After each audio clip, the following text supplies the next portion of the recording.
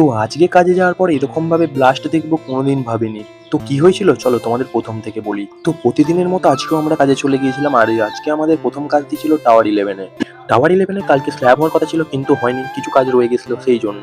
আর ওখানের কাজ কমপ্লিট হয়ে গেলে আমরা টাওয়ার 3-তে চলে আসি, যেখানে অল্প কিছু কাজ ছিল যেটা আমরা করছিলাম। আর তারপর ওখানের কাজটা কমপ্লিট হয়ে গেলে আমরা চলে যাই টাওয়ার 4-এ।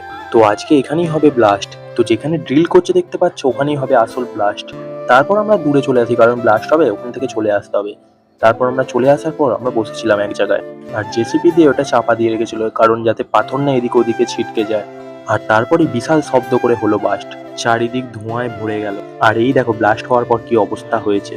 তারপর কোনো কাজ থাকে না বলে আমাদের সিন্টুদা এই মেশিনটা চালাতে লেগে গিয়েছিল, আর চালিয়ে খুব মজাও পেয়েছে। আর তারপর আমরা চলে আসি টাওয়ার 3-তে, যেখানে ছিল অল্প কিছু কাজ, কিন্তু কাজ শুরু হওয়ার আগেই বৃষ্টি শুরু হয়ে গেল। সেই জন্য আমরা গিয়ে সিকিউরিটি অফিসে গিয়ে বসে থাকলাম, আর তারপরে বৃষ্টি থামতে বাড়ি চলে আসি। আবার কে কাজ করবে। তো আজকের ভিডিও এতটাই, ভালো লাগলে লাইক করো, ফলো করো, দেখাচ্ছে আবার পরের ভিডিওতে।